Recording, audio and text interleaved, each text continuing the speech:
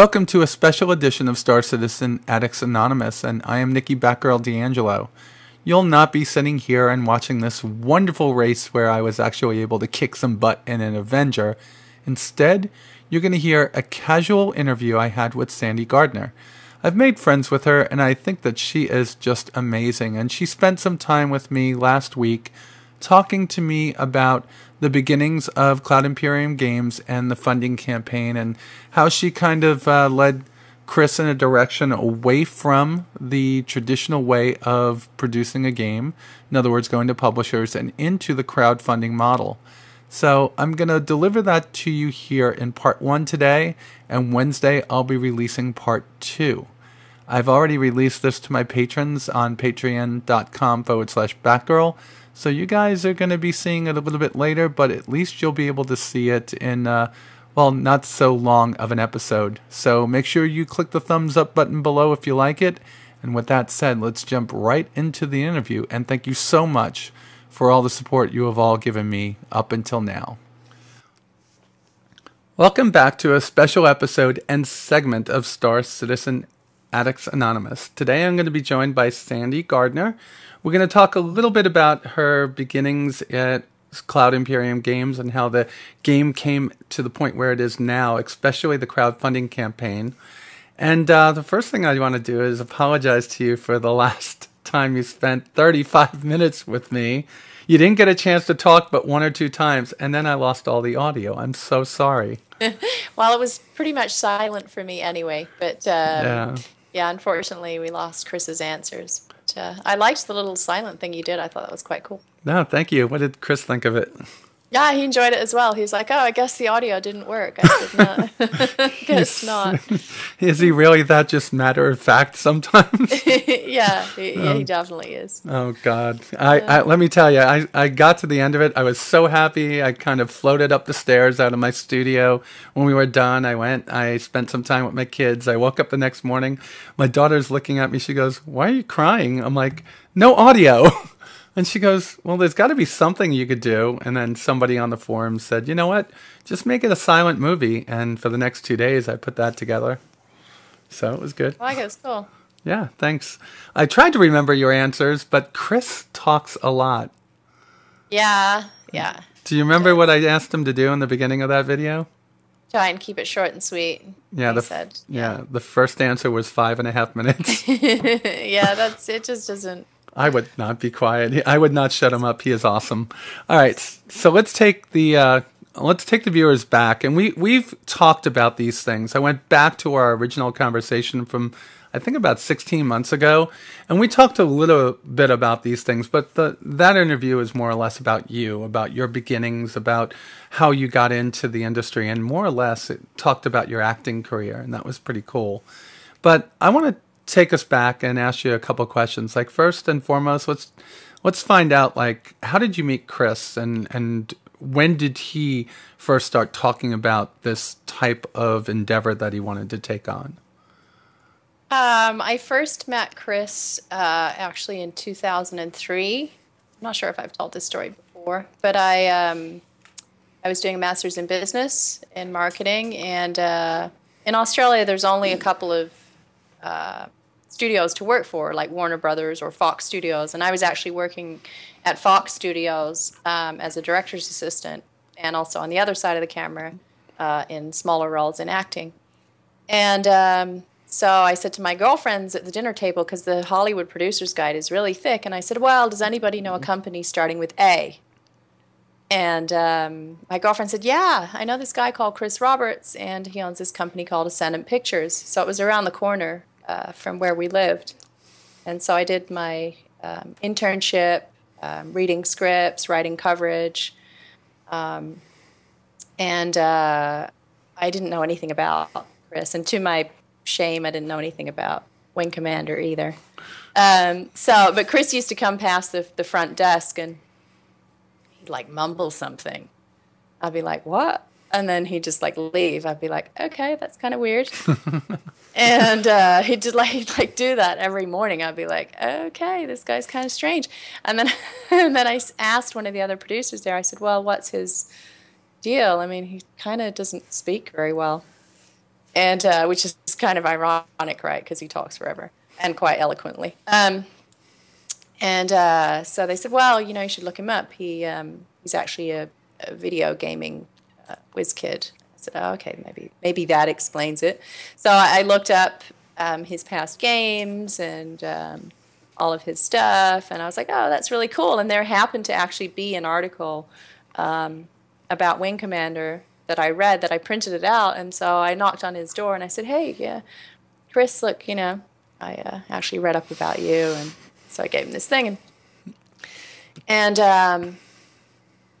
so that was kind of interesting because he got very embarrassed by that, and so we kind of connected over that. I used to actually play Doom. I think that's been mentioned a few times before, and so I had been playing a lot video games quite obsessively, but just not his game. And so we kind of remained friends over talking about other things besides films, although we have common interest in film. And when I came back to America in 2004, Chris and I had remained friends. I worked on some of his films, not on the acting side, but more on the producing side. And he'd always talked about, in the latter part, maybe from about 2009 onwards, when we'd catch up, he was talking about Space Traders. The original title. Yeah, which is you can be this, Han Solo of the universe. You could be a bounty hunter, a trader, a mercenary, and a pilot, or a pilot. I was like, oh, that sounds really cool. Like I could just really, he was describing it, and I could picture it.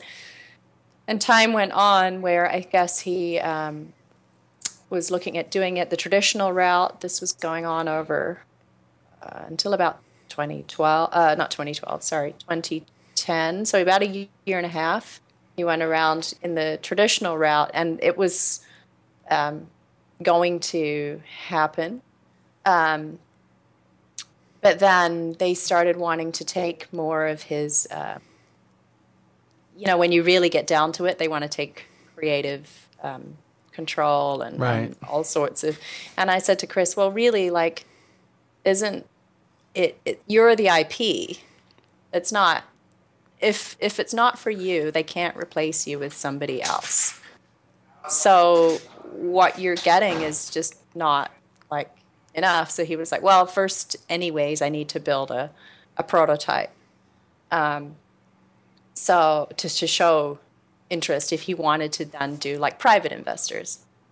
I guess I kind of answered that question, though, didn't I? You did. You answered a couple of questions there all in one, and that must be because I sent you good notes, right?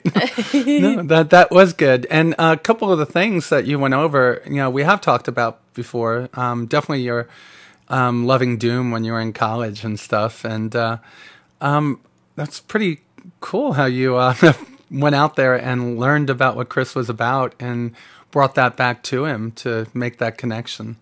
Now, he just started talking about the Space Trader game. Did it get you intrigued about the game, or were you more intrigued about that passion that he shows for whatever he's part of? No, I actually was quite intrigued by the game because the discussion was basically, I'm not that much of a gamer, to be honest. Like, I don't really it's hard for me to really get into something. But when he described that game, I was like, okay, now that is something that I would play. It just sounds like it's like aspirational. It's fun. It's I don't know. Like I don't know. I guess when I say who doesn't love space, yes, of course, this audience of course does. But some people don't. I don't know. It just really spoke to me. I was like, well, that could actually get me back into playing video games. And I said to him, well, it really hasn't been done for a long time. Right. Which it hadn't. And, it really, on the publisher side, he did have interest, but it wasn't like a slam dunk. Right. Everybody gets nervous if something hasn't been around for so long. People are just like, wow, maybe it's not going to work, maybe, So he spent a good deal of time on that prototype. as we all know that story. Right. And he's told that story many times. Yeah. So on your side of it, while he's doing this, you have that, friendship with him and he's talking about what's going on. How did you get from being a supportive outsider to being one of the instrumental people on the inside? Well, I did put some of my own finances into it as well. Yeah. So in the beginning, because I wanted to, I guess, I really believed in the project, and I kind of wanted to, I guess, put my money where my mouth is. I don't know. I just believed in it, and I felt like it was something that I was passionate about doing. It was a challenge as well. We did interview quite a few marketing people, and initially that was going to be my role, was more just to put some investment in and kind of help out more like on the consulting kind of side, and wish Chris well with his project. But I guess as we interviewed marketing people and kind of I started putting it together, I was like, well, I'd rather just do it myself. Makes sense. You did an amazing job. So, I mean, when you're there and it's just like an idea in Chris's head, how many other people were involved with the project? Like which particular people? I know Ben was brought in early, so who else was part of that original crew? When Chris decided to go with the CryEngine, he had a few people in Germany helping out. He also had Forrest Steffen helping out. Dave Haddock came on really early because he'd been working with Dave in film biz. So I knew Dave from Outlander and a couple of other films that David worked on with Chris. So yeah, there was basically Dave Haddock, and then he. I remember saying to Chris, "Well, we need, Ben." Chris was like, "Well, community manager. I think Ben Lesnick, because he's the wing commander, the WIC. I think that's what it's called. Right. Yep. Yeah, he'd been doing that forever, and so he contacted Ben in Washington, and then he said to me, "Yeah, Ben's come on board," and I was like, "Oh, that's great," because I don't know anything about that stuff. And then we looked for. My plan was to have PR, because I said we really need to have awareness and we need to time it all and synchronize it all together. So we interviewed PR people and we settled on David Swafford. Okay. There was a few other people that we talked to, but I just kind of liked David Swafford's energy, his attitude. He was kind of relaxed about things. Not that I was super highly strung, but I guess I was a little, I was a little more nervous because I didn't have experience. Yeah, I'm a mom. Yeah, that's true. Yeah. So I didn't have those kinds of experience. Like I learned a lot, right? Like I never really read Kotaku and Polygon and GameSpot and all of these things. I had to say it was such a steep learning curve for me that it felt like Swafford was a good no BS kind of guy, so we took him on. And then there was a couple of people on the film side, a guy called Michael Beaumont who did a lot of our editing of our trailers. Yeah. And another guy, Michael Abbott, who actually has his own film company, but he was great in working with me on the creative side of things. Like there was so much stuff that we did during the campaign. It's like, I mean, I've never aspired to be a politician, but I can totally appreciate these campaigns they go on in each city that they go to. I mean, this is kind of what it feels like. It's just nonstop campaigning and connecting and firefighting, and I mean, it's just... This is only the beginning. This isn't even the heart of it, right? Yeah. I mean, I wrote like a 3-page plan for Chris of kind of... We kept I mean, it was quite a hustle's not the right word, but like describing to people what the vision is when it hasn't even happened, like describing what the campaign's going to be and how you're going to create this whole community when it doesn't exist. People just kind of, it's hard for people to kind of see what you're seeing before it's happened. Right. And not being around all the people that have been part of Wing Commander for so long, that community's always been there. They've always been there ready to support Chris. And when you guys put it out there, you had that initial influx of people. But didn't you at first want to just run the campaign on your own website? And how did that bring in the Kickstarter campaign also? Like, I thought it was going to be one, and then all of a sudden you had both. Yes, we interviewed a lot of people for the website itself. And there was so much, like, between Dave Haddock, myself, Ben, Ortwin, and Chris, maybe a couple of other people. Chris always likes to get opinions from a lot of people and then make his decision. So it was things like, what are we going to call it? You know, we're like Robert Space Industries. I mean, Star Citizen, like, I think myself and then Chris made the decision. I voted for Star Citizen. It wasn't the favorite by a long shot.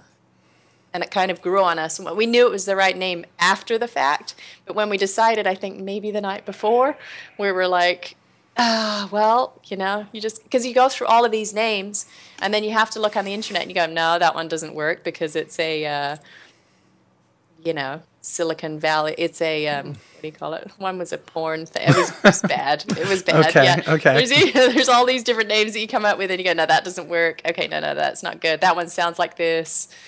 That one you can't use. So, but Star Citizen's actually, it's a perfect. It actually is. Name.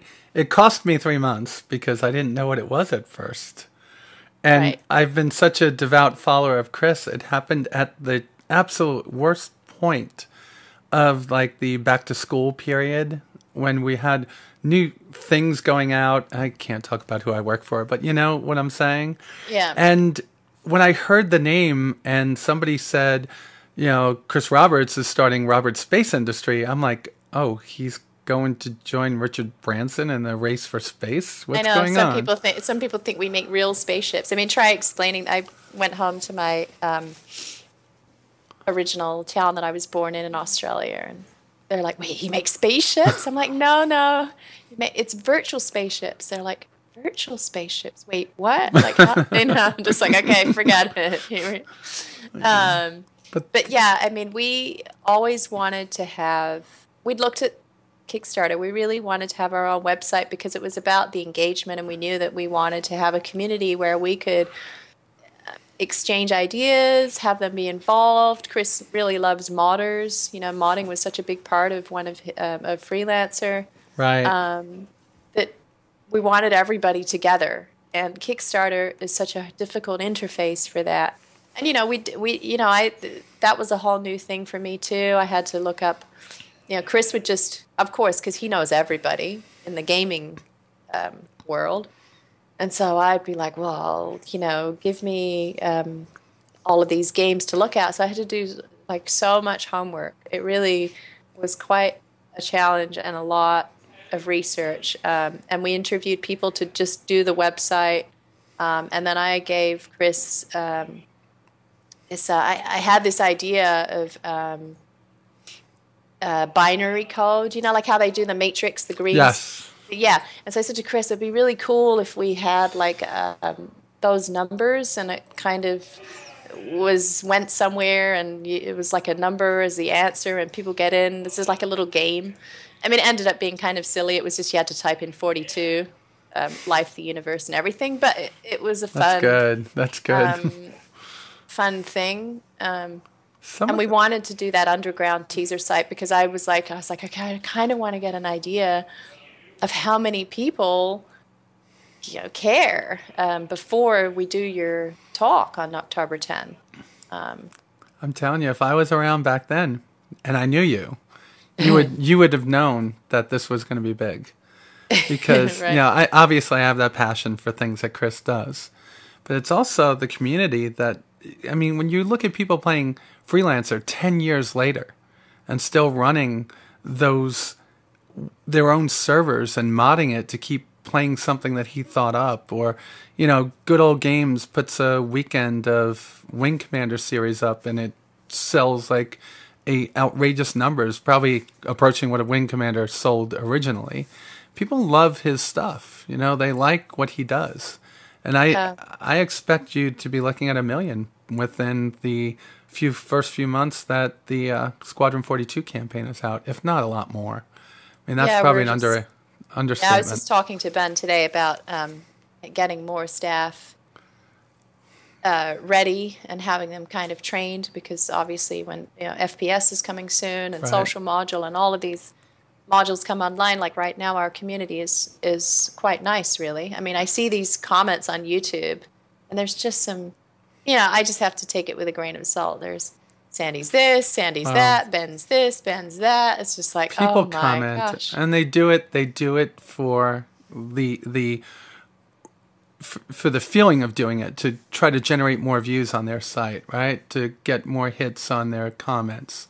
It's never a bad thing. I look at the comments that are on my YouTube, and I've got good, I've got bad, and it you've always been the most watched when I put them out there, and also the most controversial. And controversy builds publicity, right? It's free publicity. There's nothing wrong with it. Yeah, I mean, I have to say, I mean, I think I was the only female for a long, long time.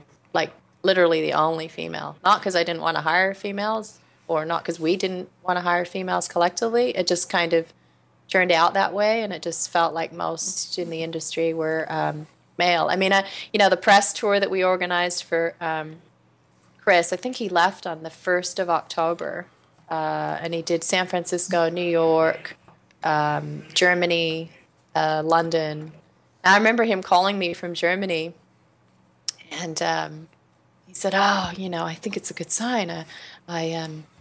The journalists, they brought all Wing Commander boxes, and that saying, people are I'm big in Japan. Well, I'm big in Germany, I think."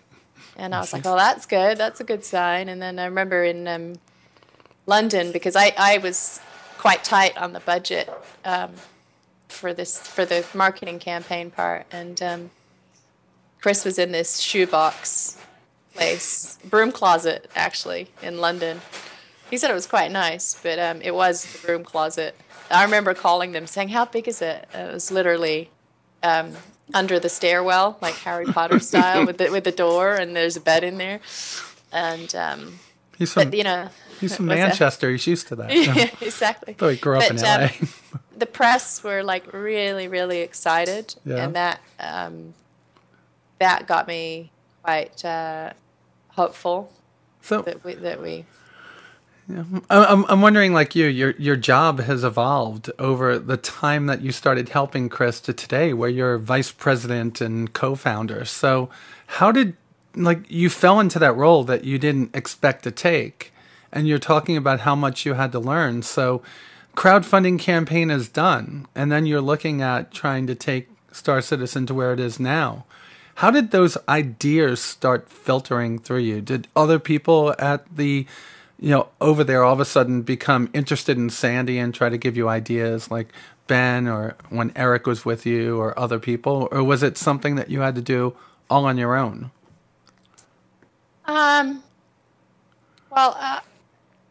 Yeah, it mostly came, I thought I had a plan to take us through the end of the campaign and then kind of take us into the new year. That was kind of as far as my thought process. And then I thought, oh, well, I'll go back to my acting, because I'd had I took in such a break, and always something was happening. It was either moving countries or doing this or having kids, or I was like, okay, fine, right, now's my time to do acting. And then Chris is like, hey, do you want to help me with this thing? I was like, okay, so right, I'll help you with this, and put some of my own funds into it, and make it as good as I can. and then I'll in the new year I'll move along. But the new year came. I think we'd maybe hit 7 or 8 million, and Chris at that time said, "Right, well, our investors, well, not our investors, they're not our investors, but investors were calling saying, right, this is great. You've exceeded what we expected for the crowdfund, and all of this." And I said to Chris, "Look, you don't need investors. You just don't need anybody." And I remember being on a small thread with a couple of a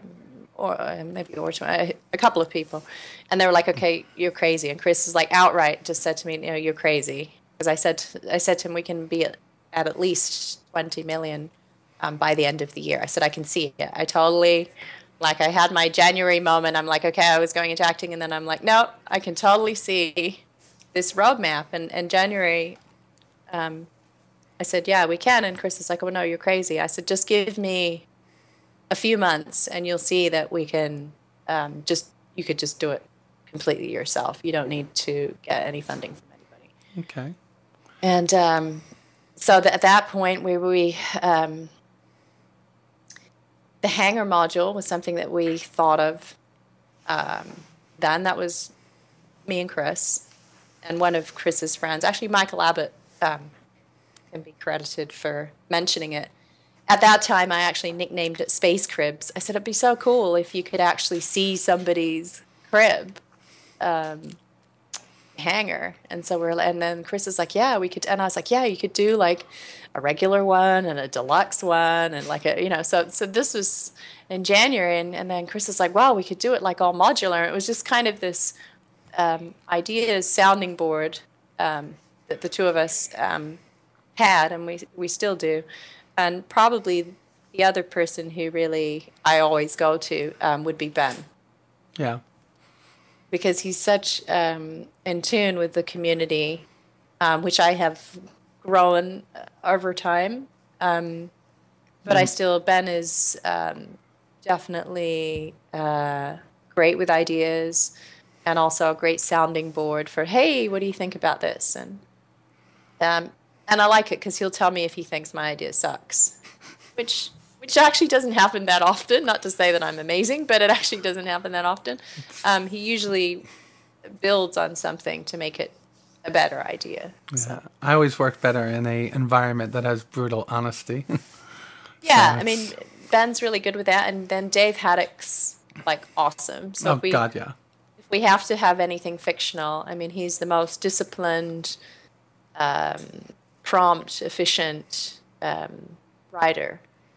So we would then go to him and make sure that it's all in fiction, and he's very good about not being precious about something. So, it would go with the first round, and usually it's me, Ben, Dave Haddock, Chris, Erin now, on this thread, and Dave will give this first round of titles or slogans or catchphrases, and then we go around. And, same with the commercials. I mean, that was me and Chris again. We were like, we wanted to do fun in fiction, and Dave writes the scripts, and then usually everybody gives their comments. Ben gives his comments. Chris has the final say, but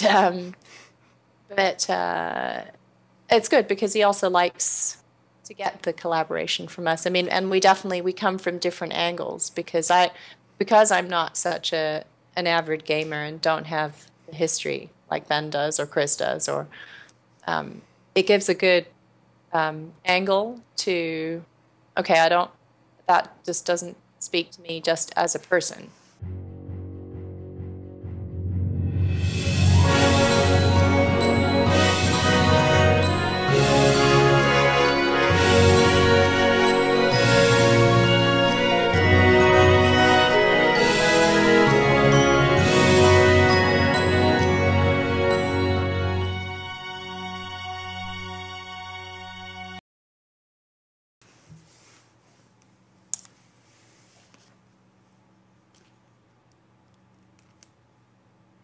I have no sound all of a sudden. Oh, boy. No, No, Oh. the computer has sound. We're not going down that road again. We won't be going down that road. Are you with me? Yeah. Yeah, it's cable. Right. So